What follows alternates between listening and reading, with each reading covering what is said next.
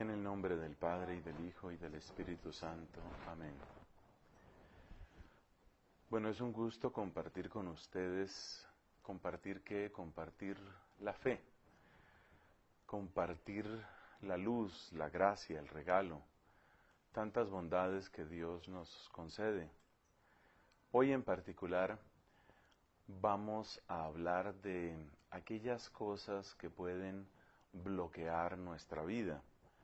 La vida, especialmente la vida cristiana, está llamada a ser una peregrinación, un caminar. Pero a veces, aunque uno haya tenido incluso una cierta religiosidad, una cierta devoción, y aunque haya tenido momentos de cierta intensidad, de cierta luz, a veces uno se estanca.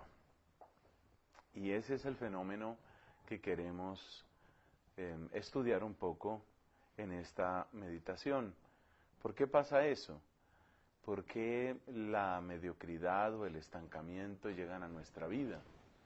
¿Por qué sucede que incluso después de haber tenido experiencias fuertes de fe y de haber avanzado un poco, llega un momento en el que más bien nos vamos rutinizando o nos vamos cansando o vamos perdiendo interés, o también otras cosas ocupan el primer lugar en nuestra vida y entonces sentimos que no avanzamos, o a veces ni siquiera lo sentimos, simplemente estamos ahí como detenidos y quizás alguna circunstancia nos muestra que estamos cortos en la fe.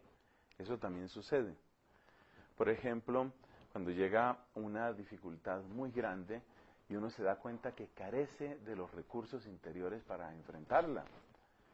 Y esa dificultad grande puede ser la propia muerte que se anuncia cercana, o puede ser una quiebra, o puede ser una traición, o puede ser también una enfermedad.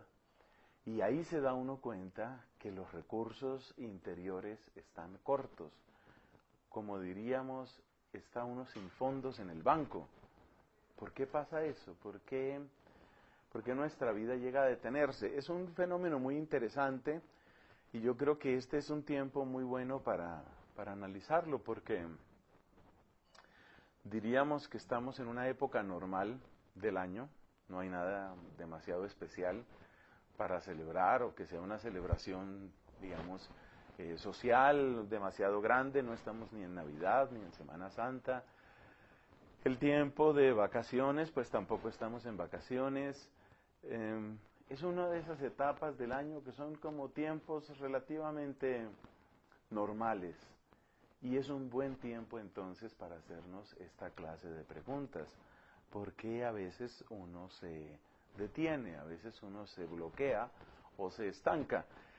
Es algo que yo me he preguntado con motivo de ver personas que asisten a grupos de oración, personas que asisten a muchos retiros, personas que incluso tienen, por ejemplo, una buena literatura cristiana, católica en su casa, tienen imágenes muy bonitas, tienen música muy bonita, y sin embargo están detenidos, están bloqueados. ¿Qué es lo que nos detiene? ¿Qué es lo que nos frena?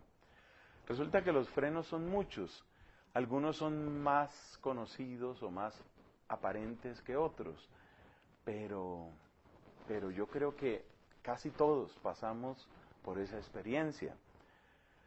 Yo creo que el ejemplo más típico es el de el pecado que uno repite. La repetición de un mismo pecado hace que uno sienta como una sensación de frustración. No estoy avanzando. Luego pues está también otro ejemplo para que vayamos entendiendo de qué estamos hablando. Está el caso de la persona que tiene una herida, tiene un resentimiento y sabe que no la suelta, no la puede soltar. Está ahí ese resentimiento. Están también los complejos que uno tiene. Hay personas que tienen complejos de distintas naturalezas. Siempre se habla del complejo de culpa y del complejo de inferioridad, pero hay muchos otros complejos, son como aprisionamientos de la mente. Y tenemos nuestros complejos, y esos complejos nos condicionan mucho. Uno llega al momento en el que se pregunta si es posible llevar una vida humana y una vida cristiana en la cual uno esté libre de toda esa clase de ataduras, en la cual uno pueda decir, bueno, esas limitaciones han quedado atrás y realmente se puede crecer. Yo creo que cada uno alcanza a presentir que si se lograra ese crecimiento, pues Dios debe tener nuevas promesas para nosotros. Nuestro Dios es un Dios inagotable, nuestro Dios es un Dios lleno de bondad. La vida de Dios no termina nunca. Entonces, ¿por qué nosotros sí terminamos de crecer? Incluso hay personas que abandonan sus prácticas, hay mucha gente que abandona sus grupos de oración y luego dicen, sí, yo estuve en eso, yo estuve en esos grupos, yo estuve en esos retiros, pero todo en un lenguaje tiempo pasado. Yo estuve en eso, yo conocí eso, pero eso quedó atrás. Y lo que tienen ahora no es mejor que lo que tenían, sino simplemente pasaron por la época de los retiros espirituales, pasaron por la época de los grupos de oración, pasaron por la época, qué sé yo, de algún predicador o sacerdote que llamaba la atención y que convocaba muchísimo, pasaron por esa experiencia, pero eso quedó atrás. Y sería muy bueno preguntarnos por qué quedan atrás esas experiencias. ¿Dónde está? Yo creo que Dios nos hace esa pregunta, ¿dónde está el amor primero? Esa pregunta se encuentra implícita en el libro del Apocalipsis, donde Dios nos invita a eso. Mira de dónde caíste, arrepiéntete, vuelve al amor primero. Bueno, entonces ese es el enunciado general del tema. Queremos ver qué se puede hacer, queremos ver cómo se puede diagnosticar esta clase de estancamiento que tiene unas consecuencias funestas para la iglesia, funestas para la comunidad de creyentes. ¿Por qué? Porque resulta que si miramos a la iglesia, no solamente, claro, como la jerarquía, sino iglesia, todos nosotros, si nos miramos como iglesia, la gente que está, digamos, más adelantada es la gente que precisamente ha tenido esta clase de experiencias. Pero si la gente que tiene una experiencia de conversión, una experiencia de crecimiento y tiene una cierta formación, se da de baja como miembro activo, quiere decir que la iglesia masivamente está perdiendo sus mejores miembros. Está perdiendo, por lo menos en el laicado y seguramente también en el sacerdocio y la vida religiosa, está perdiendo muchos de sus miembros más interesantes, los mejor preparados. Imaginémonos lo que sería en un país que toda la gente que tiene la oportunidad, y sabemos que es solo un porcentaje limitado, que toda la gente que tiene la oportunidad de hacer especializaciones, incluso de estudiar una carrera universitaria, decidiera archivar sus estudios, guardar sus títulos y jamás ejercer su profesión. Imaginémonos el costo que implicaría para un país que las personas que más han recibido sean las personas que se dan de baja. Y eso es lo que está sucediendo en la iglesia. Resulta que, por lo menos aquí en nuestro país, aquí en Colombia, hay una cantidad de gente que por oleadas ha despertado a la fe. Y han tenido experiencias, y han tenido una formación y han recibido mucho. Pero luego, silenciosamente se dan de baja.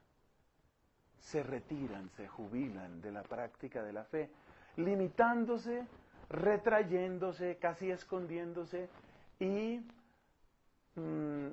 dedicándose únicamente a lo mínimo, tal vez su misa cada 8 días, algunas oraciones personales, alguna confesión, pero como miembros activos, como miembros que tendrían que marcar una diferencia, se han dado de baja. Y eso es gravísimo, porque repito, ¿cuál sería el costo en el caso de un país que eso sucediera con la gente que tiene más preparación? Con esto estoy destacando la importancia de este tema y estoy destacando también el costo que estamos pagando por esa clase de situación. Porque entonces, ¿cuáles son las oleadas de conversión que ha habido aquí en la iglesia? Mire, cuando el Foyer de Charité y el padre Fernando Umaña, que muchos de ustedes tal vez conocen, ha habido una cantidad de gente. El Foyer de Charité por periodos se pone de moda. y va la gente y tiene conversiones y no sé. Bueno, ¿dónde están esos convertidos trabajando? ¿Dónde están? Pero que estén trabajando. ¿Trabajar qué significa? Difundiendo la experiencia del encuentro con Jesús. ¿Dónde están esas personas? Yo no digo que se hayan vuelto perversos criminales, pero muchos de ellos se dieron de baja, es decir, tuvieron su etapa bonita, su retiro bonito, recuerdan con mucho cariño al gran predicador que conocieron allá, seguramente el Padre Fernando para la gran mayoría, y ya, ahí quedó. ¿Dónde están esas personas? Luego, con motivo de manifestaciones marianas, ese es todo un capítulo en la historia reciente de la Iglesia Católica en Colombia. ¿Dónde está la gente de Pereira? ¿Dónde están esas personas? Y hubo una cantidad de gente que volvió a la fe, pero en una oleada de gente que volvió a la fe a través de eso. Muchísima gente volvió a la práctica religiosa a través de la renovación carismática, a través de las revelaciones o inspiraciones o visiones o locuciones de Carolina Name y la otra Carolina, las famosas Carolinas. Mucha gente volvió a la fe. ¿Dónde están esas personas? Algunas de esas personas se han consolidado en un cierto servicio. Eso es verdad, o sea, yo tampoco estoy diciendo que no quede nadie.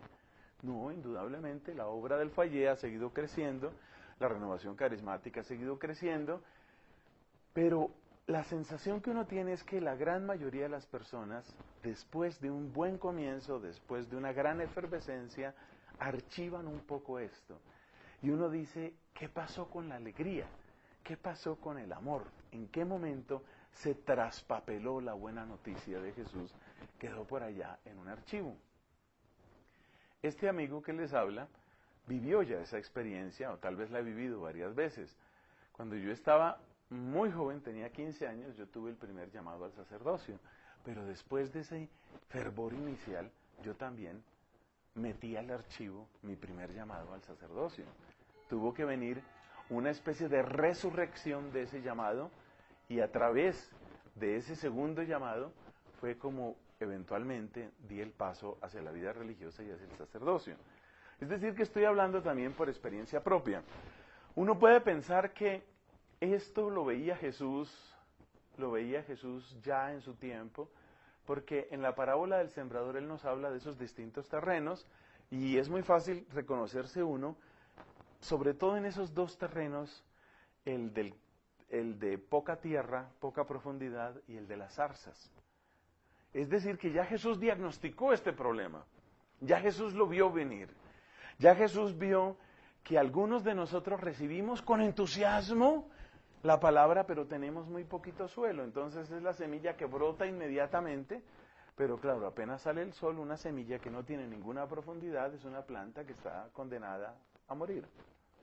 Y Jesús también nos habló de esas otras semillas que caen entre zarzas y que empiezan a crecer, pero luego las zarzas crecen más y ahogan y ahogan y ahogan a la semilla.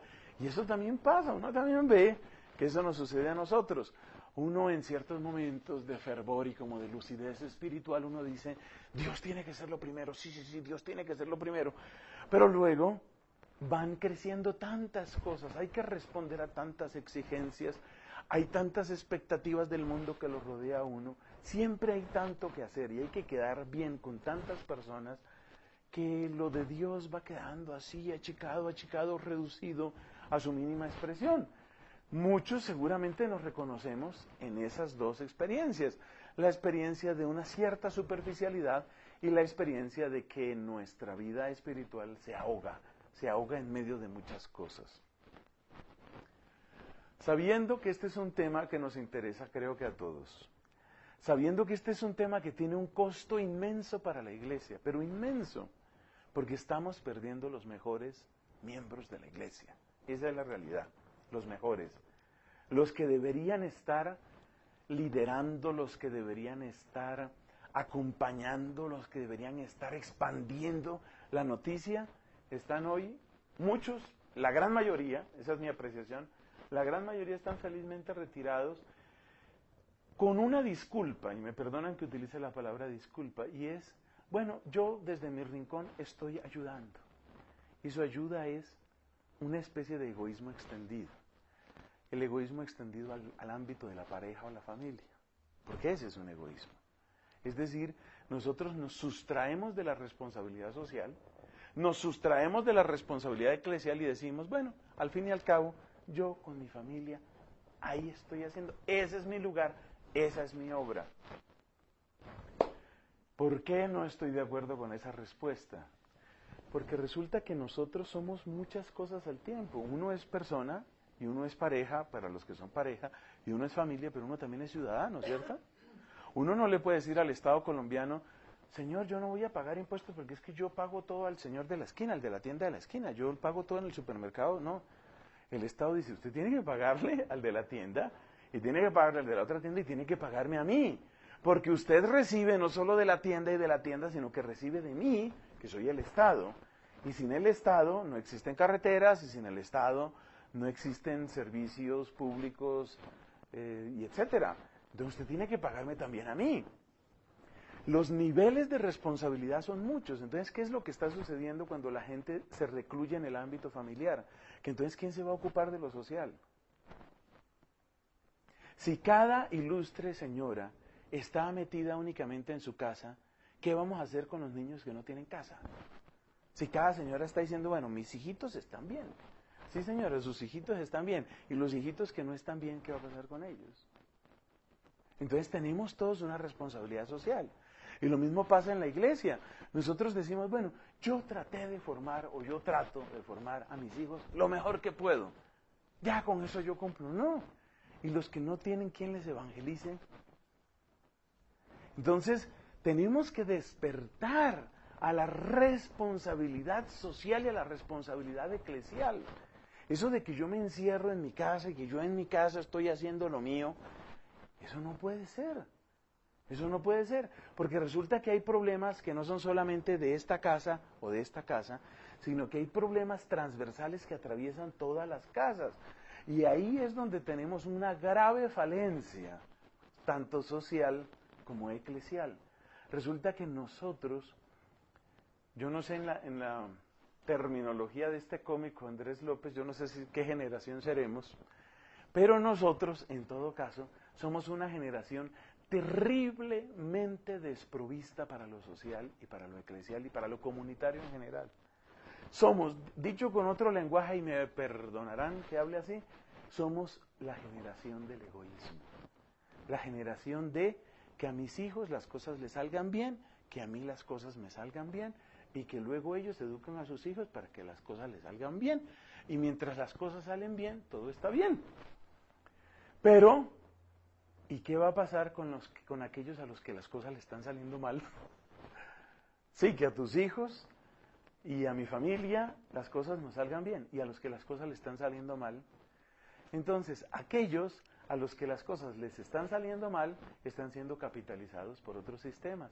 Y ante eso nuestra única respuesta es decir, ¡qué osos! Lo que está sucediendo.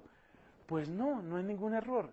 Es la consecuencia natural de tu egoísmo y mi egoísmo y el de todos. Si tú tienes tus hijos bien y tu amiga tiene los hijos bien y la otra tiene los hijos bien, pero resulta que por cada 4 familias que tienen sus hijos bien, hay 78 familias que tienen los hijos mal, esas 78 familias están produciendo una presión social que un día va a hacer la vida imposible a tus hijos. Entonces el día que atracan a tus hijos, y perdón que sé que esto es doloroso, pero a mí ya me han atracado 2 veces, ¿cierto? Y en mi familia a todos nos han atracado, a todos. El día que atracan a mi abuelita, el día que atracan y le amenazan con un puñal a mi papá, ese día yo digo, ¿pero a dónde vamos a llegar? Pues vamos a llegar a donde tenemos que llegar, porque resulta que cada una de las 4 familias que tienen los hijos bien se olvidó de las 78 familias que tienen los hijos mal, y esos niños también existen, y esos niños también crecen, comen, piensan, y esos niños también se resienten, y ahí vienen las consecuencias. Entonces, somos la generación, pienso yo que en general, hablando así un poco a lo ancho, y por supuesto que con cierta injusticia, porque toda generalización es una injusticia, somos la generación del egoísmo. Y la generación de un egoísmo voluntario, de un egoísmo que no quiere despertar. Porque lo primero que uno le dice, O sea, yo les miro a ustedes las caritas y todas ustedes son buenas personas. Yo miro las caras y digo, es decir, aquí veo uno gente que es buena gente, buenas personas. Pero ¿cuál es el grave problema? Que se nos olvidó que hay que ser buenas personas no solo aquí en el ámbito nuestro, sino que hay que ser buenas personas transversalmente. Si los problemas son transversales, es decir, si ocupan no únicamente esta y esta y esta casa, sino todas, pues las soluciones también tienen que ser todas. No nos formaron para eso, no nos formaron para eso.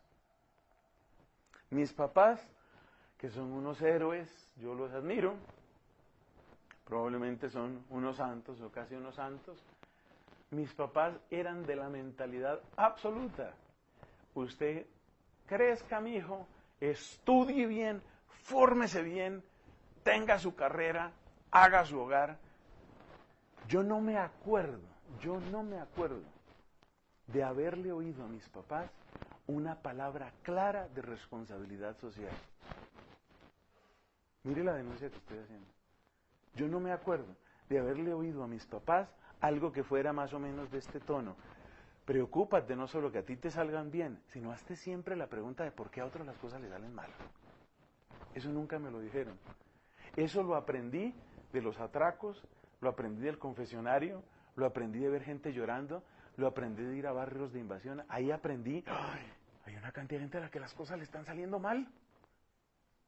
La solución más fácil es la solución de son unos perezosos, son unos irresponsables, se lo merecen. Yo me merezco que me vaya bien, ellos se merecen que les vaya mal.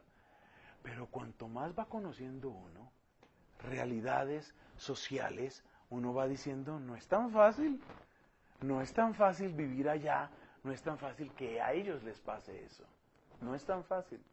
Y esto que digo del terreno económico y del terreno social, hay que decirlo también del terreno espiritual. Los papás, las mamás preocupados de dar una formación moral alta a sus hijos y una formación espiritual, que sus hijos sean espirituales, que sean devotos, que por lo menos tengan la misa cada 8 días. ¿Cuáles son los papás que han invitado a los hijos? Vaya, mijo, predique, comparta su fe. ¿A quién le compartiste la fe esta semana? ¿Dónde están las casas en que se hace esa pregunta? Esa pregunta se pronuncia así, mira, ¿a quién le compartiste tu fe esta semana? Y hay una cantidad de papás buenos, pero buenos. Entre esos creo yo que puedo contar a los míos. Papás buenos, que jamás, a ellos nunca les pasó por la cabeza hacer esa pregunta. Nunca la hicieron, a mí nunca me la hicieron. Las preocupaciones eran que tú seas un hombre de bien y pues que tengas tus prácticas religiosas las correctas, las que deben ser. Entonces también en lo espiritual pasa lo mismo. Resulta que en la evangelización es que mi hijo haga bien su primera comunión, ¿cierto? Que tenga los valores, que tenga ese... Y los que no están recibiendo eso. Para dar el salto de este ámbito doméstico en el que uno se siente a gusto, al ámbito social, al ámbito eclesial, al mundo, para dar ese salto, ahí es donde se necesita gente cualificada. Ahí es donde se necesitan los que han tenido experiencia de Dios, experiencia de fe. Ahí es donde se necesitan. Y ahí es donde ellos se dan de baja. Y ahí es donde ellos dicen, no, pues, yo pues para ponerme en esas tampoco, porque es que la gente tampoco quiere recibir. Es que la gente tampoco está para eso. ¿Ves? Entonces, en el plano espiritual hacemos lo mismo que en el plano económico. En el plano económico ellos son unos perezosos, en el plano espiritual ellos no quieren recibir. Y en ambos casos yo me puedo recluir, yo me puedo jubilar, yo me puedo retirar. Y en el ámbito de mis pequeños intereses, ahí me quedo. Pero resulta que hay una ley, que no es la ley del embudo, sino la ley del tubo, de la cual yo hablo con alguna frecuencia. La ley del tubo es que si un tubo se tapa, deja de ser tubo. Esa es toda la ley del tubo. La ley del tubo es que si el tubo no deja pasar agua, entonces ya no es un tubo, sino que es agua detenida. Y el agua detenida, pues, se pudre. Entonces eso es lo que nos ha pasado. En el momento en el que hemos dejado que el egoísmo llegue a nuestras vidas, en ese momento el tubo se tapa, porque el egoísmo es eso. Yo tranco, cierro. Y cuando yo cierro, el agua de la vida, el agua de Dios llega y se tapa. Entonces lo primero que uno nota es, oye, mi vida está como atascada. El egoísta, aunque sea egoísta, por lo menos se da cuenta de eso. Oye, mi vida está atascada. Yo no puedo negar que esta agua está picha. Eso sí no lo puedo negar. Pero pregúntate por qué está picha. Está picha porque no está circulando. ¿Y no está circulando por qué? Porque tu ámbito es muy pequeño, porque tienes el agua ahí trancada, detenida. Pero no ve que es que la gente no quiere recibir. Además son unos perezosos. Entonces, como ellos son perezosos y la culpa es de ellos, y como ellos no quieren recibir y la culpa es de ellos, entonces yo vuelvo y me recluyo en lo mío. Pero cuando yo vuelvo y me recluyo en lo mío, ¿qué me vuelve a pasar? Que el agua sigue detenida. Entonces uno dice, ¿pero qué pasa que no crezco? Yo creo que esa ha sido pues la segunda parte de esta reflexión. En esa segunda parte que hemos tratado de mostrar que lo interior, lo psicológico, lo espiritual está conectado con lo exterior, lo social y lo eclesial. No están separados. Y la palabra que une lo interior, lo psicológico y lo espiritual con lo exterior, lo económico y lo eclesial, la palabra que une como una denuncia esas dos cosas es la palabra egoísmo. Pero claro, cuando uno le dicen deje de ser egoísta, uno dice, bueno, debo compartir más con mi esposa. Que deje de ser egoísta, está bien, compartiré con mi esposa y con mis hijos. Que deje de ser egoísta, está bien, le voy a hablar al desgraciado ese de la administración del edificio. Cada vez que lo regañan uno, el egoísmo uno amplía un poquito, pero cada vez se amplía con más trabajo, ¿no? Está bien, voy a tratar de saludar al vecino. Pero son unas soluciones. Cuando se piensa en el tamaño de los problemas de un país, cuando se piensa en el tamaño de situaciones que tendremos que afrontar muy pronto, porque estamos sentados no sobre una bomba de tiempo, sino sobre unas bombas de tiempo. Es que no es una. Hoy, por lo menos en mi familia, la gran preocupación que tienen es si Chávez va a declararle la guerra al resto de Latinoamérica, o a Colombia en primer lugar. Pero esa es solo una bomba, esa situación internacional, esa es una. ¿Quién ha dicho que las causas que un día dieron origen a la guerrilla ya se han solucionado? Independientemente de Uribe o no Uribe, ¿quién ha dicho que esas causas ya están solucionadas? Eso no se ha dicho, eso no está claro. Esa es otra bomba que tenemos, es una bomba gravísima. Luego tenemos una generación de jóvenes que están dopados. Espero que en las familias de ustedes sea mejor, pero en la familia mía, los jóvenes que yo conozco en mi familia están profundamente dopados. Es decir, si nosotros somos la generación egoísta, ellos son la generación dopada. No terminan de aterrizar. Es que no, como decía una amiga mía, es que no conecta, ¿no? Como cuando el internet no conecta, ¿no? Es decir, no sale nada, pantalla en blanco. La gran mayoría de nuestros jóvenes están con pantalla en blanco cuando se hablan estas cosas. Y más o menos la única reacción de ellos es, a mí con tal de que me dejen estudiar, con que me dejen la vida tranquilo, con que no se metan conmigo, ya. Gravísimo. Eso es gravísimo. Porque, digamos, nosotros todavía alcanzamos a sentir el escalofrío del, uy, esto está grave.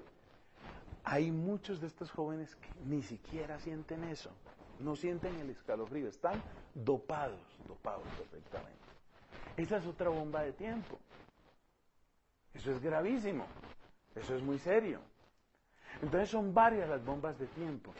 Nosotros, silenciosamente, en el curso de los últimos 40 años, pasamos a ser una generación que depende absolutamente para el entretenimiento, la tecnología, el comercio, dependemos completamente de que todo nos llegue enlatado, todo. Hace 40 años, yo tengo 44, cuando yo era niño yo alcancé a conocer, todavía alcancé a conocer, que en la familia era normal que los hijos cultivaran un cierto arte y que tuvieran una cierta capacidad, qué sé yo, con la guitarra, con la flauta, con lo que sea. No para dar conciertos, no se esperaba eso, pero sí para alegrar una reunión. Eso desapareció prácticamente del mundo. Todo el entretenimiento nos llega en MP3, todo el entretenimiento nos llega. Ya cuando uno dice CD lo miran como un dinosaurio. Usted todavía usa eso. Usted tiene que tener un iPod y tiene que tener el aparatico ese donde se pone el iPod y suena. Lo que llaman el dock ese, ¿no? Entonces, si uno no tiene ese aparatico y si no tiene el iPod, ya cuando uno cree que es moderno ya pudiendo pronunciar CD sin titubear. Pues resulta que no, ya, todavía usa CD, qué cosa. Eso es como que uno pronuncia ante un muchacho de los de ahora la palabra disquete. Dígale disquete a un muchacho y el muchacho se frunce inmediatamente. ¿Cómo así que disquete? Disquete es la prehistoria de la prehistoria. ¿Cómo se le ocurre mencionar la palabra disquete? Estamos sentados sobre bombas de tiempo. Lo interior está conectado con lo exterior. Lo psicológico está conectado con lo económico. Lo espiritual está conectado con lo comunitario. No son dos ámbitos diferentes. Y por consiguiente, como están conectados, o se hunden juntos o se salvan juntos. No se puede lograr un auténtico cambio social sin una auténtica renovación espiritual. Pero ahí tenemos una gran dificultad, y es que muchas de estas experiencias espirituales eran profundamente egoístas ellas mismas. Yo tengo un pequeño problema con la Virgen María, les voy a contar. Por lo menos con la Virgen de las Apariciones, la Virgen María de las Apariciones, tengo tenemos ahí una cierta tensión, estamos en conversaciones. ¿Cuál es mi problema con la Virgen? Yo quiero decirles que yo no tengo dificultad en creer en manifestaciones de la Virgen, no tengo ese problema. Ese problema no lo tengo. Pero yo sí creo que en alguna parte del camino o en alguna parte del canal algo falla. Porque resulta que en todas estas manifestaciones marianas recientes, los pecados que resultan denunciados son solo ciertos pecados. Entonces a mí me parece un poco rara la Virgen María que aparece así. No que sea mentira lo que ella está denunciando, sino que me llama mucho la atención que la Virgen María habla de los abusos en la liturgia, en concreto en la Eucaristía. La Virgen María habla de los pecados sexuales. La Virgen María habla en contra del aborto. La Virgen María habla, alguna otra cosa. Pero resulta que yo nunca veo que la Virgen denuncie ningún problema social. ¿Será que ella no se entera de lo que está pasando? ¿Será que las desigualdades, las injusticias, será que tantos niños abusados no le dicen nada a ella? Yo no puedo creer que esa sea la Virgen. Si cualquier ser humano, mucho más las mujeres, siente de inmediato una repugnancia visceral hacia cualquier crimen que afecte a un niño, cualquier mujer que sea normal, siente repugnancia hacia los crímenes contra los niños. Y si es mamá, más todavía, porque inmediatamente una mamá dice, pues tiene que relacionar con su hijo, tiene que relacionar con sus hijos. ¿Cómo es que la Virgen no menciona esos temas? Yo no sé.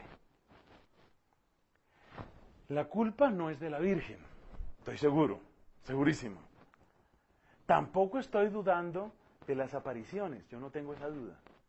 Lo que estoy diciendo es que en alguna parte del canal algo pasa y parte del mensaje o parte de la denuncia o parte de lo que el corazón de la Virgen debe estar queriendo decir no nos llega.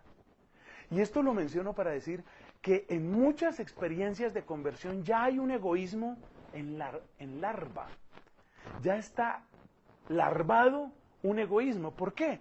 Porque ese tipo de pecados, como el pecado del aborto, como el pecado sexual, como el pecado de la falta de oración o de la falta de ayuno, son todos pecados que quedan en el ámbito de la persona o a lo sumo de la pareja o de la familia.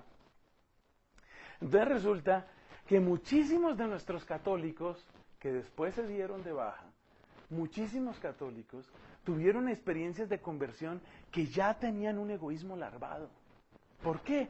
Porque los únicos pecados que se denunciaban eran pecados así, de ese ámbito. Yo no puedo creer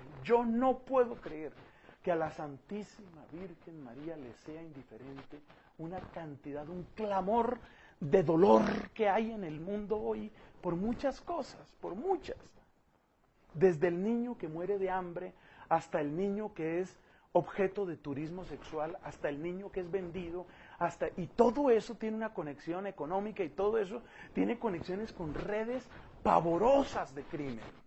Porque eso nunca sale. Repito, yo ni dudo del amor de la Virgen, ni dudo de las apariciones o manifestaciones. Yo pienso es que hay una cierta parte del canal que queda como bloqueada. Así las cosas, y ya que sabemos que lo interior está comunicado con lo exterior, lo psicológico conectado con lo económico, lo espiritual conectado con lo comunitario y eclesial, teniendo esas claridades, ahora sí hablemos de cuáles suelen ser nuestros bloqueos.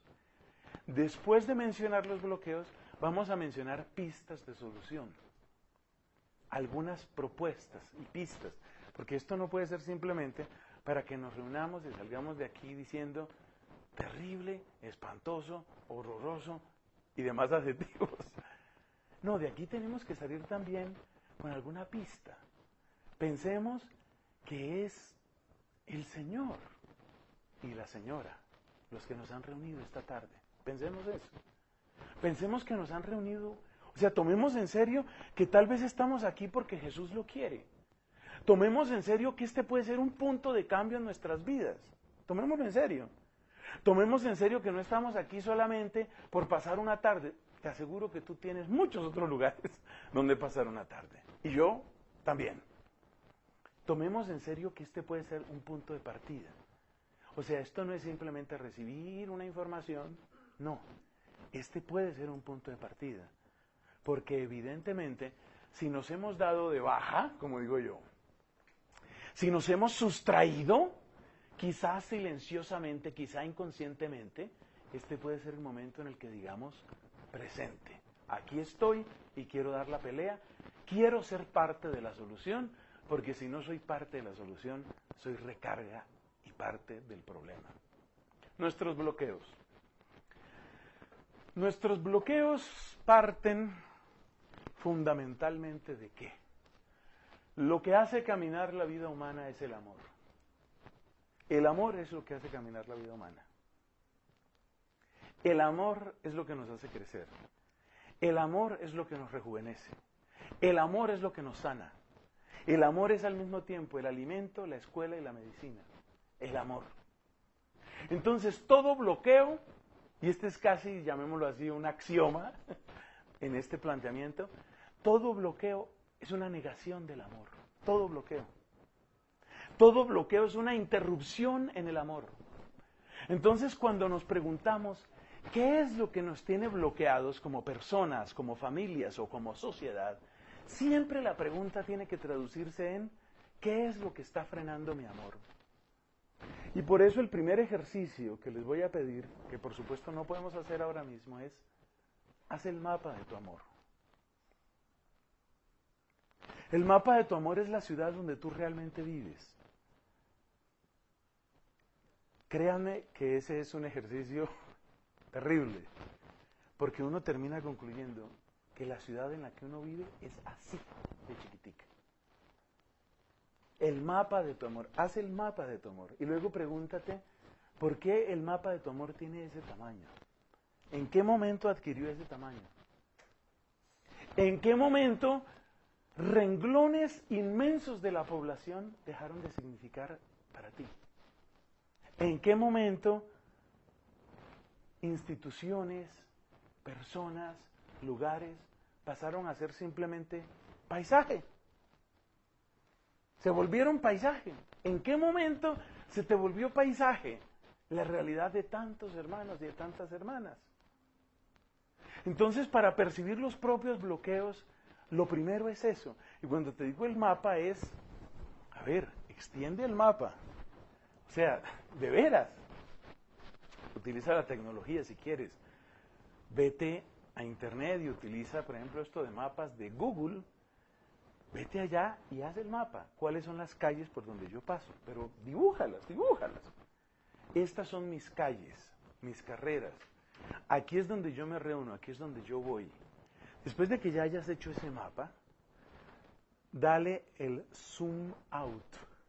Es decir, empieza a mirar el conjunto de la ciudad, o el conjunto del país, o el conjunto del mundo. Y hazte esa pregunta. ¿Por qué este es mi mapa? ¿Por qué mi mundo es este mundo y solo este mundo? Esa es la primera pregunta.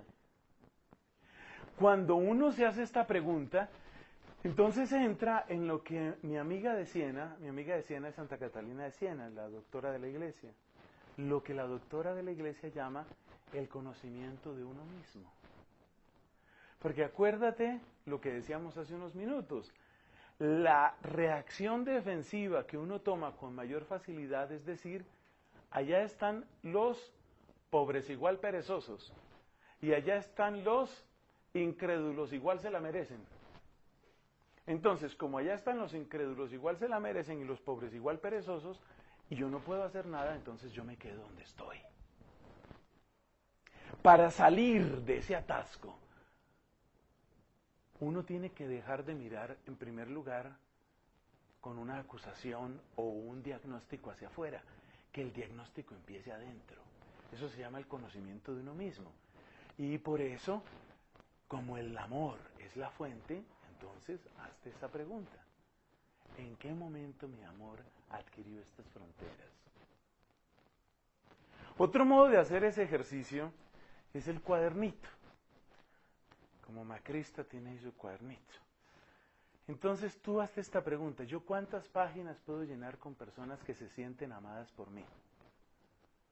Ah, fíjate que te hice trampa. Yo no te dije personas que tú amas. Porque claro, cuando uno le dicen, ¿a quién amo? Oh, yo amo a los niños de África. Yo amo a los esquimales en catecismo. Yo amo a los chinos. No sabe uno si los chinos de la 10ª o los chinos de la China, pero yo amo a los chinos. Ahí uno ama a mucha gente. No, tú tienes que hacerte esta pregunta. ¿Quiénes se sienten amados por mí? No sé ustedes qué digan, pero en muchos casos la respuesta suele ser dramática. Cuando uno empieza, ojalá compren un cuaderno gordo, pero gordo, para que les quepan todos los nombres. Un cuaderno gordo. Y empiece usted, ¿no? Empiece usted. Y esto es una actualización de la predicación medieval. Así se convirtieron San Francisco y Santa Clara y Santa Catalina. Lo que estamos haciendo con estas listas es lo mismo que lo que en esa época se llamaba la meditación sobre la muerte. Porque en el fondo lo que nos estamos preguntando es, el día que yo me muera, ¿a quién le duele? Esa es la pregunta. ¿A quién le duele y por qué le duele? Entonces, haga usted su tablita. Cuando uno hace esa serie de preguntas, uno está empezando en la ciencia maravillosa del conocimiento de uno mismo, que es dejar de tener diagnósticos sobre el universo entero.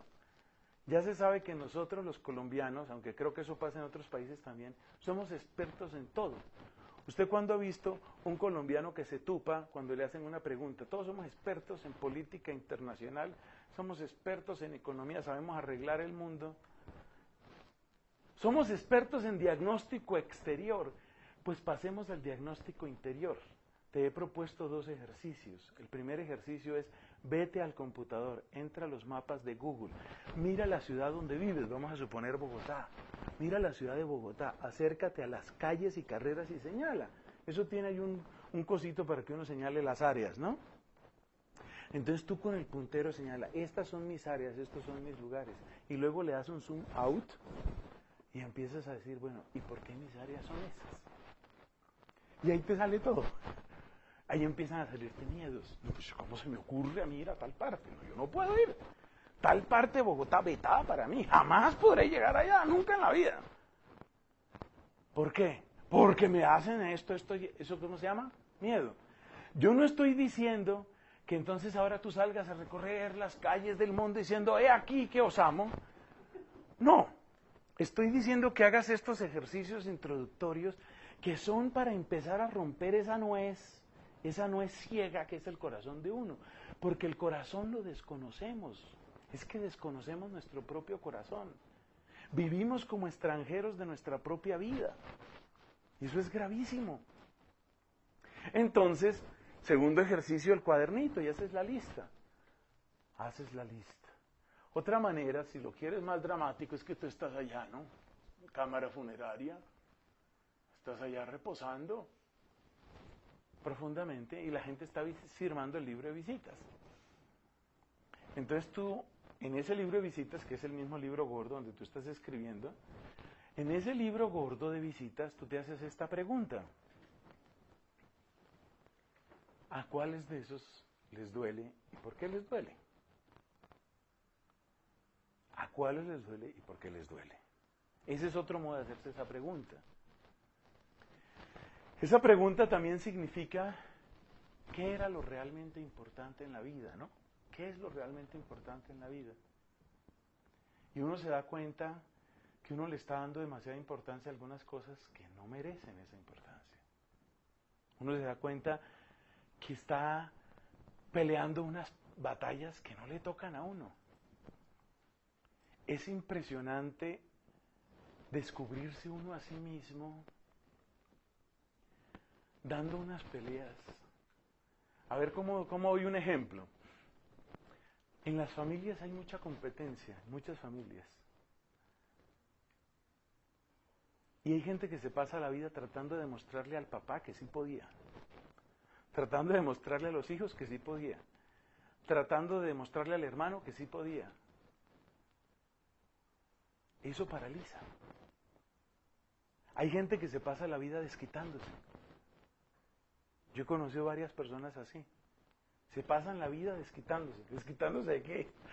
Pues tuvieron una infancia con algunas carencias emocionales, afectivas o económicas, y de un cierto punto en adelante la fortuna les sonrió. Entonces se pasan la vida demostrándose, una y otra vez demostrándose que sí puedo y que sí puedo. Se parecen a esos varones, a esos hombres que tienen que seguir conquistando mujeres para seguir convenciéndose, hola, sí soy hombre. Pues así hay personas, tanto hombres como mujeres, que se pasan la vida comprando y gastando porque tienen que demostrarse, sí puedo, fíjese que sí puedo, me desquité, me di el gusto, mire que sí me di el gusto, pero el año entrante tiene que darse otro gusto porque yo sí puedo. Es un perpetuo desquitarse con la vida. Por supuesto, si uno está metido en el proyecto de desquitarse con la vida, jamás va a avanzar, porque el desquitarse con la vida no es un acto de amor, es un acto de venganza. La venganza es contraria al amor. Entonces, las personas que pasan la vida desquitándose son personas que están frustradas, detenidas, congeladas en su proceso de amar. Entonces empecemos a enumerar bloqueos específicos. Uno es el desquitarse con la vida. Además, el desquitarse con la vida da una sensación de competitividad o de competencia, a veces competencia desleal, como si la vida fuera una carrera. Y hay gente que está así. Hay gente que no puede disfrutar el carro que tiene porque el vecino ya consiguió otro mejor. No pueden disfrutarlo. Están en competencia, están en carrera, porque tienen que demostrar que sí pueden ganar. La persona que tiene que demostrar es una persona que está cerrada a la experiencia del amor. La experiencia que tiene, la persona que tiene que demostrar que sí se puede dar las vacaciones que quiere, que sí se puede hacer el tratamiento de belleza que quiere, que sí puedes entrar al club que quiere, así quede hipotecado hasta el apellido, pero entró al club que quería. Esa persona está cerrada al amor, está cerrada a la experiencia del amor. Y pues ya puede irse a todas las misas y a todos los retiros y oír todas las charlas, si está en esa experiencia de competencia y de desquite, está cerrada al amor. Otro bloqueo, el famoso bloqueo del resentimiento. Cuando Jesús nos dijo que perdonáramos a nuestros enemigos, no nos propuso algo heroico, nos propuso algo práctico. Por favor, tome en serio esa frase. La repito. Cuando Jesús nos dijo que perdonáramos a los enemigos, no nos propuso algo heroico, nos propuso algo práctico. Yo resumo, hace poco tuve una homilía sobre este tema en particular, yo resumo la enseñanza de Cristo de esta manera. Ya no le des más poder a tu enemigo. ¿Por qué hay que perdonar al enemigo? Porque no perdonarlo es darle más poder. Perdonar es soltar. Perdonar es dejar a la persona en las únicas manos que saben cómo tratarla, que son las manos de Dios. Perdonar no es desearle ni bien ni mal a la persona, es tirarla, arrojarla, precipitarla en las manos de Dios. Dios sabrá qué hace. Eso es perdonar. Perdonar es soltar, perdonar es liberar. Y ahí es donde viene el famoso proverbio chino: tu enemigo te hirió una vez, tu recuerdo 1000 veces. Es tu recuerdo el que te hace más daño, no tu enemigo. No tu enemigo. Y yo esto se lo he predicado a personas que han pasado por experiencias terribles, incluyendo la violación. ¿Qué día sucedió la tragedia de su violación? Vamos a suponer, 17 de noviembre de 1983. Bueno, ese día usted fue violado o usted fue violada. Si usted sigue aferrado a ese recuerdo, usted sigue violándose. Y si desde el 83 hasta el año en que vamos, que ya son 26 creo, usted lleva 26 años violándose, esa persona la violó una vez, usted lleva 26 años violándose. Entonces perdonar no es heroico, perdonar es práctico. Perdonar es el acto de arrojar en las manos, en las únicas manos que saben qué hacer con la persona. Perdonar no es desear ni grandes bienes ni grandes males. Los grandes bienes uno no los puede desear porque sería hipócrita decir que uno desea grandes bienes. Eventualmente uno puede llegar hasta ese estado y ahí ya está lo heroico. Pero el perdonar, el empezar a perdonar es una cosa eminentemente práctica. ¿Le voy a seguir dando poder a mi enemigo en mi vida? Esa es la pregunta que uno tiene que hacerse. De uno está bloqueado. Hay personas que están bloqueadas y aquí viene un punto muy importante. ¿Por qué uno se aferra al pecado? Pues porque el pecado siempre trae ventajas. Así como el drogadicto se aferra a su cachito de marihuana porque le da ventajas, nosotros nos aferramos al resentimiento porque ese es nuestro cachito. Y dirán ustedes, ¿pero qué ventaja puede tener el resentimiento? ¿Sabes qué ventaja tiene? El resentimiento es una caricia del ego. El resentimiento es una caricia que me declara una y otra vez, como yo era la buena y él era el malo, y esa caricia ya, ¿no? Una caricia, esa caricia del ego causa adicción, como muchas otras caricias.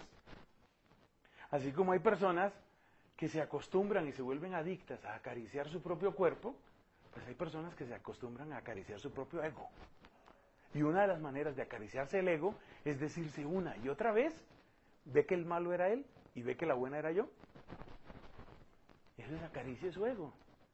Y esa es una adicción que requiere tratamiento como requiere tratamiento la persona que está adicta a acariciar su cuerpo.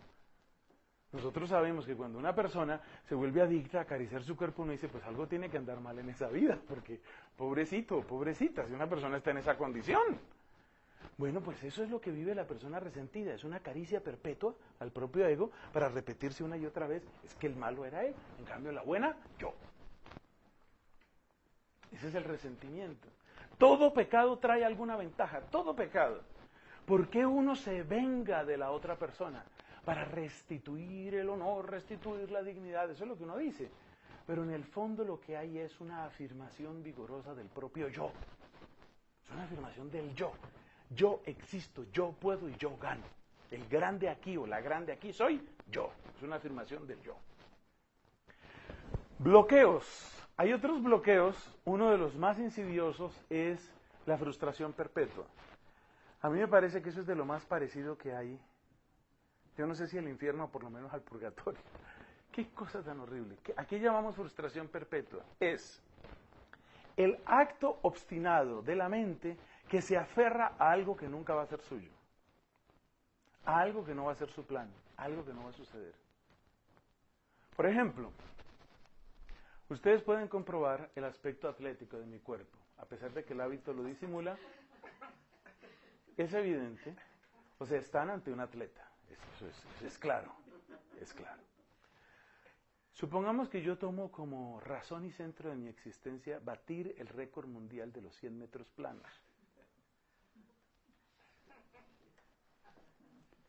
No había que reírse tanto. Bueno, si yo tomo, ¿cierto? Recientemente este jamaiquino, Bolt, acaba de volver a romper el récord mundial. Algunos científicos dicen que este hombre está cerca de llegar al límite absoluto de la raza humana para los 100 metros planos. Se dice que jamás un ser humano podrá bajar la cifra de 9.40 y pico segundos para los 100 metros planos. Supongamos que yo tomo como centro y razón de mi existencia, como única obsesión de mi vida, mejorar el récord, o sea, con la edad, con textura, antecedentes y figura atlética que tengo, tomar como única razón de mi vida eso. Eso produce una frustración perpetua. Cualquier persona que esté alrededor mío, ¿cierto? Con que me mire un par de veces dice, eso no va a suceder. Eso no va a suceder, no va a suceder. Una vez que uno se da cuenta que algo no va a suceder, ¿qué es lo que debe hacer uno desde un punto de vista psicológico? Uno readapta sus expectativas de acuerdo con la realidad. Eso es lo que uno tiene que hacer. Readaptar expectativas. Entonces yo digo, bueno, por lo menos no podré batir los 100 metros planos, pero quizás sí puedo con entrenamiento darle una vuelta al Parque Simón Bolívar. Y ya uno readaptó sus expectativas y ya ahí queda más o menos tranquilo y ya uno puede, como el anciano Simeón en la Biblia, morir en paz. Ese ejercicio que es mental, que es psicológico y que es también espiritual de readaptación de expectativas, es el paso que algunas personas no logran dar en algunas cosas. Por ejemplo, en el plano afectivo, que es donde es más duro esto, es más cruel esto, es una cosa muy complicada. Ustedes no saben el dolor, sí lo saben, claro que lo saben, y seguro lo saben mejor que yo, el dolor que es ver a una persona que cometió todos los errores posibles, o casi todos, en su matrimonio, en la educación de los hijos, y cuando ya peina canas, o mejor dicho, cuando ya casi todas son canas, dice, es que yo quiero reconstruir mi hogar. Es una cosa muy dura esa. Porque hay veces que uno quiere echar el tiempo de para atrás. Y uno dice, no, es que yo quiero devolverme a cuando mis niños eran pequeños. Y empieza la persona a decir, es que eso es lo único que yo quiero hacer en la vida, es que es lo único que me daría paz. Y yo siento que están diciendo, yo quiero romper los 100 metros planos. Claro, para Dios nada hay imposible, pero hay una frontera entre dejarle los imposibles a Dios y empezar uno a creer que los imposibles tienen que suceder en la vida de uno. Sí, es verdad que puede darse la historia de un papá y una mamá que vivieron sus años de paternidad y de maternidad, los vivieron con irresponsabilidad, los hijos siguieron rumbos retorcidos, y sin embargo las cosas se dan, y ya siendo mayores se reconcilian y se encuentran y se entienden y se aman, y por fin tienen el hogar que nunca tuvieron. Esa historia puede suceder. Estoy seguro que daría para un muy buen guión de película. Pero esa historia es una en no sé cuántos millones.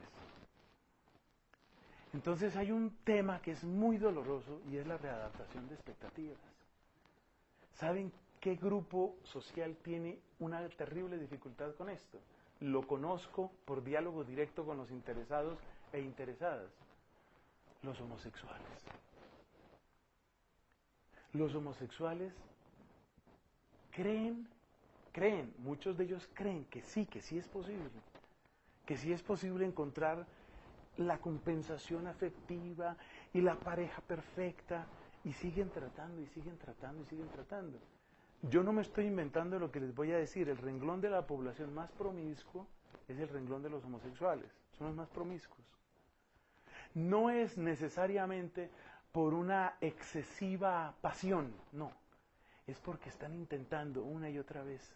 El tiempo promedio de la pareja homosexual es de 18 meses. Eso es lo que dura. Y después de 18 meses, volver a tratar, y volver a tratar, y volver a tratar. Entonces, en estos últimos años, tanto en donde yo vivía en Irlanda como aquí en Colombia, me he encontrado con historias de homosexuales. Y ese es un caso de frustración por imposible. Es decir, la persona considera que sí debe existir en algún lugar, debe existir la persona con la que sí va a haber la complementación.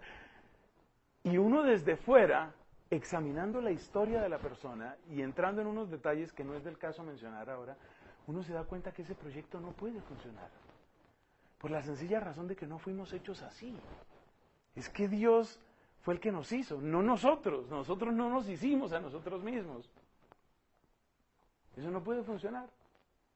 Pero las personas entonces se empeñan, no, pero espérate que si no fue con este, entonces será con el otro, será que si trato de este modo, será que si vamos al psicólogo, será que si hacemos, será...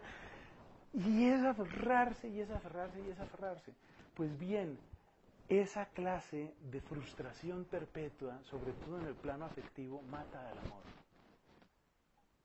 No es posible amar en esas condiciones. Mientras la persona está pensando, y aquí ya voy a generalizar no solo la población con tendencia homosexual, sino a todos nosotros.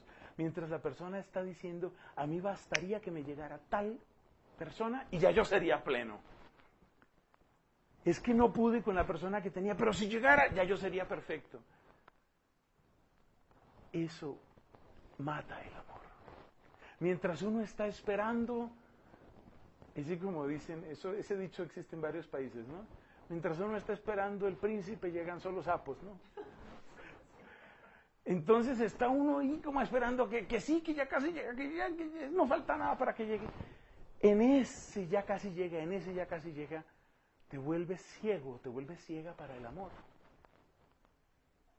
Porque es que el amor, y óyeme esto que te voy a decir, el amor nunca es una realidad solo futura, el amor siempre tiene un presente, el amor siempre existe bendiciendo el presente. Si eso que tú sientes no está bendiciendo tu presente, si eso que tú tienes no está bendiciendo tu presente, no es amor. Entonces yo tengo unos dramas con amigos y con amigas de tendencias homosexuales que para mí son muy dolorosos, porque he aprendido a tener sincero aprecio y cercanía con algunas de estas personas. Y sé que son seres humanos, y sé que sufren, y sé que lloran. Y sé que tratan de ser sinceros. Y con muchos de ellos vamos avanzando en muchos temas interesantes. Y están así, ¿no? Como diciendo, el día que llegue mi pareja, ese día. No, eso no es amor, no llames a eso amor. Si es amor, si fuera amor, estaría ya bendiciendo tu presente. El amor nunca es una hipoteca. El amor nunca es por allá. No, el amor te bendice desde hoy. Si eso que estás viviendo no te está bendiciendo desde hoy, es una trampa. El día que llegue, ¿no? Se parece a esos que están endeudados comprando baloto, ¿no? El día que yo me gane el baloto.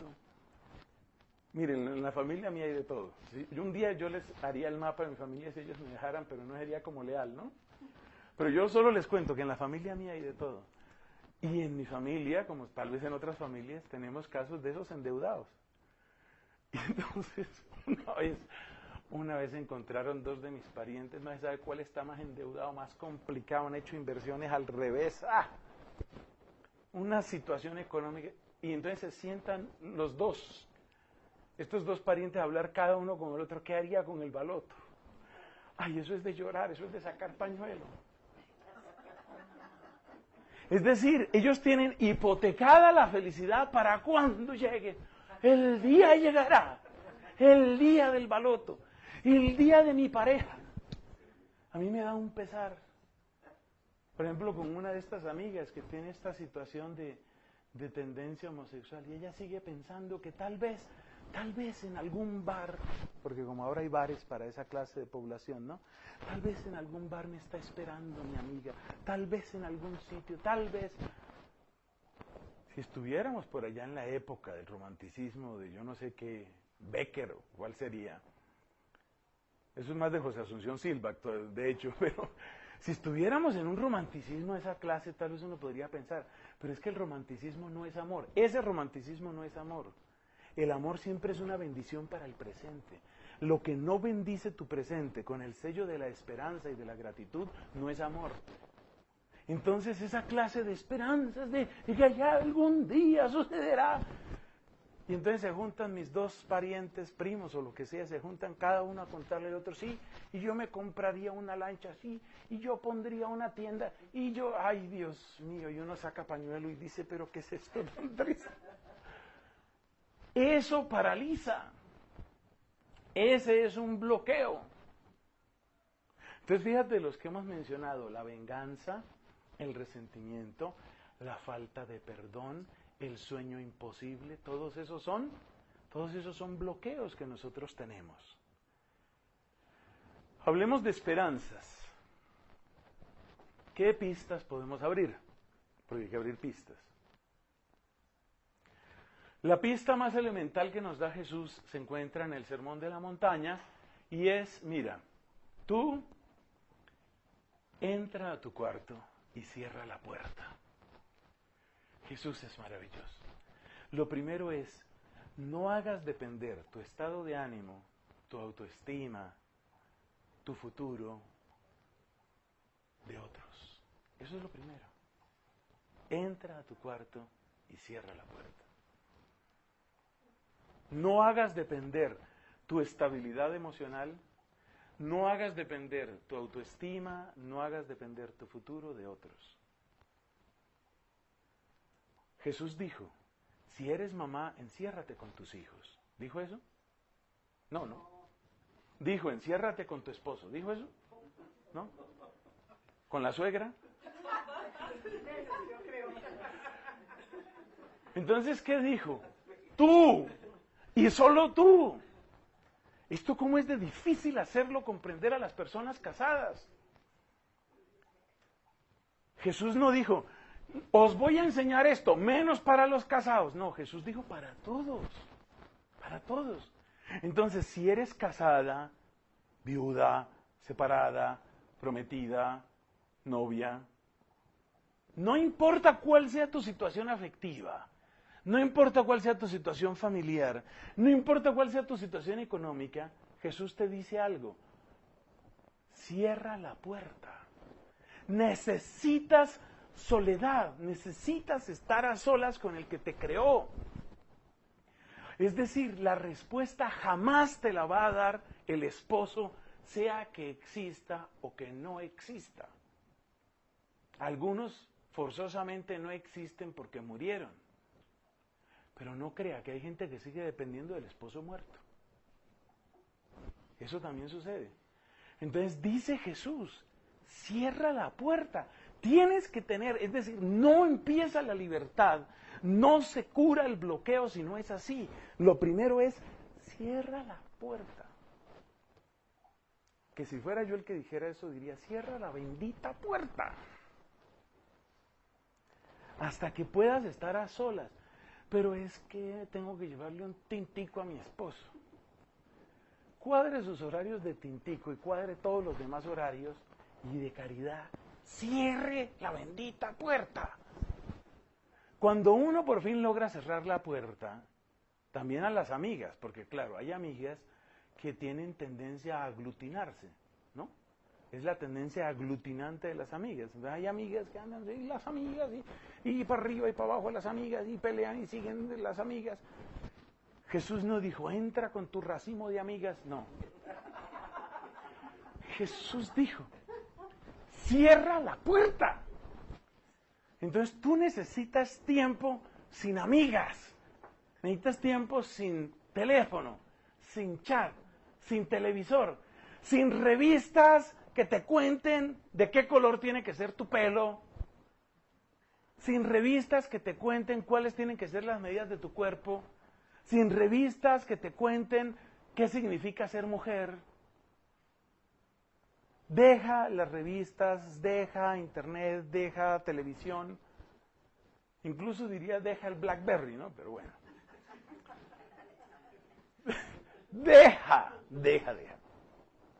¿Para qué? Para que puedas descubrir al que te ama.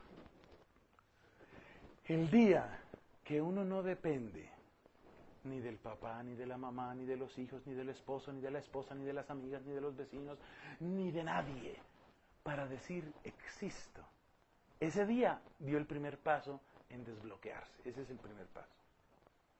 Esto es fundamental, fundamental. Segundo paso, también está relacionado con la oración.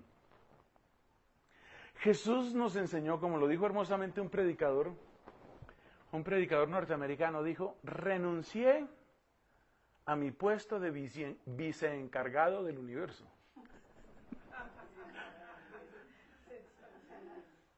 Es decir, el segundo paso es aprende a soltar. Eso es muy difícil, muy difícil. Cada uno de nosotros, de acuerdo con su condición, le cuesta trabajo soltar algunas cosas. Entonces, por ejemplo, hay hombres que nunca sueltan el negocio, nunca lo sueltan. Debe ser terrible estar casado con un hombre así, yo pienso. Hay hombres que nunca sueltan el negocio, ¿no? Entonces, por eso hay la historia. Yo voy a hacer la representación con usted. Permítame su mano izquierda para hacer una representación. Entonces hay la historia del esposo que por fin le toma la mano a la esposa, pero en vez de tomar como se supone que se toma la mano, entonces le tomaba la mano así porque consideraba que era como un ratón de computador. No le faltaba sino hacerle clic en los nudillos a la esposa. Hay esposos que nunca sueltan el bendito negocio, o el proyecto en el que están, o la finca que van a comprar, o el no sé, y no lo sueltan, no sueltan el bendito negocio. Así también hay mujeres que nunca sueltan a los hijos, nunca sueltan. Resulta que el hospital fue incapaz de romper el cordón umbilical. No hubo manera, no hubo manera. Yo siento un gran aprecio por las mujeres que son mamás porque, gracias a Dios, he visto las obras de Dios en mi propia madre. Pero son muy chistosas las mamás. Mire, las mamás son lo más gracioso del mundo. Uno les dice, este es el hijo, ¿no? Entonces le dice, esta naranja es el hijo. Le dice uno, mire, entrégale tu hijo a Dios. Entonces ahora usted va a hacer el papel de Dios. Y yo soy la mamá. Le dice uno, entrégale tu hijo a Dios. Y ella lo piensa y lo piensa hasta que al fin dice, está bien, tengo que entregarle mi hijo a Dios. Dios, recíbeme mi hijo.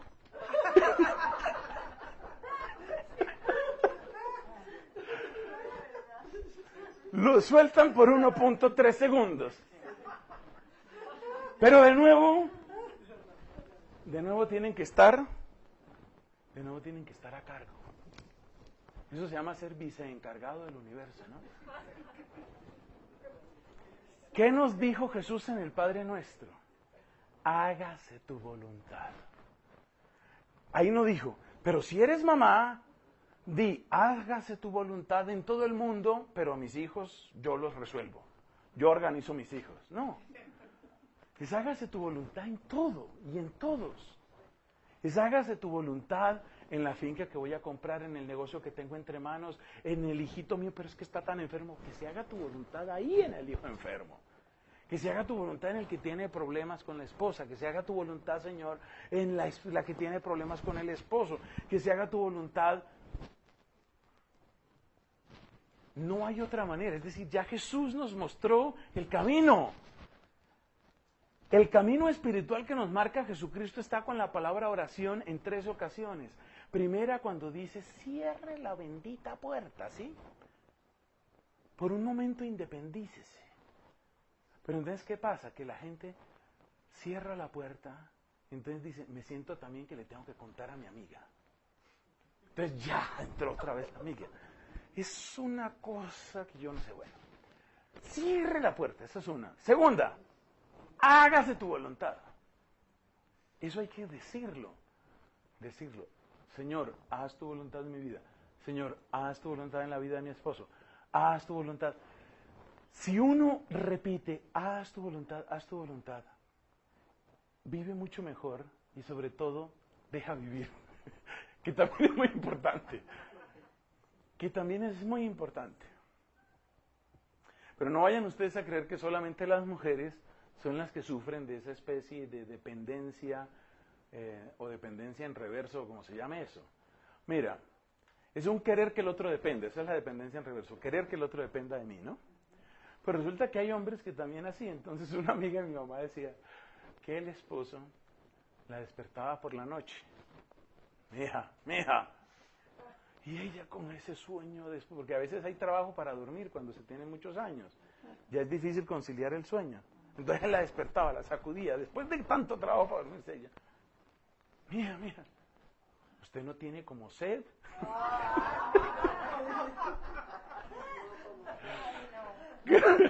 Que lo despierten a uno después de tanto trabajo para dormirse. Suelte, viva y deje vivir.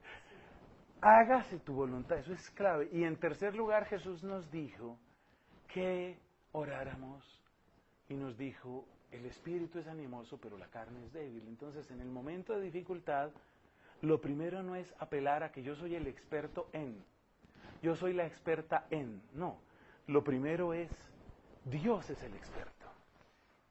Esto lo digo, yo sé que ustedes ya lo saben, pero esto lo digo porque normalmente lo que uno hace es esto, tengo un problema, entonces trato de resolverlo, o si no, me esfuerzo y lo pienso más, o si no, pujo y vuelvo a tratar, o si no, no duermo y trato de resolverlo, o si no, lo analizo más y lo resuelvo yo, y después de que uno ha puesto el verbo, el sujeto yo, como 80 veces dice uno, está bien, ya voy a rezar. Pero primero uno ha intentado 40 veces uno. Jesús lo que nos dice es, ¿por qué no cambias el orden? Que lo primero sea orar. Tengo una dificultad, lo primero es, Señor, sea lo que sea, esto lo pongo en tus manos, ilumíname qué es lo mejor. No sé ustedes, pero yo cada rato tengo que reprocharme a mí mismo que lo que yo hago es exactamente lo opuesto. Empiezo yo, por mirar cómo hago esto, y cuando ya materialmente no puedo, ay Dios mío, ayúdame. Pero eso se lo digo de número 40, de número 80. Cuando Jesús nos dice que hay que velar y orar, es porque eso tiene que ir primero. Receta breve para desatascar la vida. Los 3 pasajes que hemos dicho. Cierra la puerta, repite, haz tu voluntad y antes de plantear todos tus brillantes análisis, ora. Con esos 3 elementos, ya hay un avance. Y créanme, es un avance significativo, un gran avance. El cuarto punto, que solo lo dejamos enunciado, es este. Como dijimos que hay que luchar contra el egoísmo, hay que asociarse. Después de que sientas que has reconstruido la imagen de Dios en ti, después de que sientas que has reconstruido la presencia de Dios en ti, sí necesitamos asociarnos, sí lo necesitamos. Asociarnos es que formar comunidad, pero comunidad con otros que también estén haciendo esta experiencia y que también sean conscientes de las repercusiones sociales, comunitarias, eclesiales que todo esto tiene. Cuando ya empezamos a hacer comunidad, entonces empezamos a mirar qué lugar encontramos dentro de un cuerpo vivo que se llama la iglesia para servir a otros. Pero ese ya será tema de otra reflexión. Gloria al Padre y al Hijo y al Espíritu Santo.